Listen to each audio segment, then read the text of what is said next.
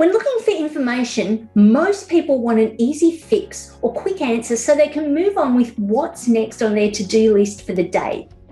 If you've ever been out of the office for a day sick or on leave, you may have returned to emails from colleagues asking questions. As you scroll up the list of emails, it's possible you may find an email back from them to say they found the answer they needed. For many, if you can't find the answers immediately, the approach has become do one of three things. 1, physically ask someone else. Now, this is really easy if you work in an open plan office and are okay walking over to a colleague and interrupting their work with your question. 2, call a colleague to ask. Also easy, unless your colleague doesn't answer, in which case your question sits in a voicemail box until they listen and act on it. 3, electronically ask someone else. Easy as well, but like a telephone call, the answer is not likely to be immediate.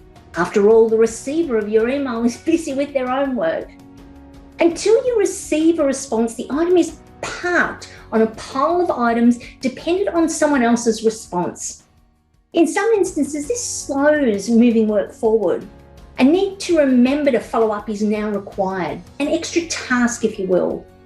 This is okay if it's the only thing you're waiting on, but if you have multiple items waiting on responses to others, you can fall into what I call the dependency trap. To minimise the dependency trap, when you need to answer a question, there are a variety of more productive alternatives worth considering. Ask yourself how important or urgent the answer is. Can you find the answer by looking somewhere else? To minimise the dependency trap, when you need an answer to a question, there are a variety of more productive alternatives worth considering. Here's 5. First, ask yourself how important or urgent is the answer. Maybe it's not as important as you think it is. 2, can you find the answer by looking somewhere yourself? Could there be a help desk support document, a Teams or a Slack chat where you could look for the answer? 3, can you Google or search YouTube for a response? 4, can you post your question in an organisation-wide team or Slack chat for everybody from your organisation to respond to? And 5, can you document your question or questions during the morning or day and then arrange a time to catch up with a colleague to discuss at a time that suits you both?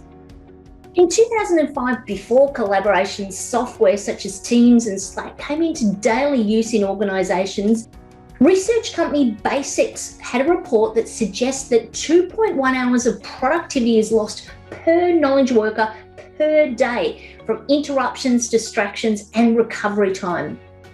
Human nature is to overestimate the importance of one thing we need to answer to at the expense of interrupting someone else's workflow. Yet when someone else does the same to us, breaking into our workflow, we wonder why we feel frustrated. If you don't want your workflow to be interrupted, don't interrupt others unnecessarily. Next time you have something relying on the input of others, consider the alternatives. You may find it wasn't as important as you thought it was, and the side benefit is you will increase your own personal productivity.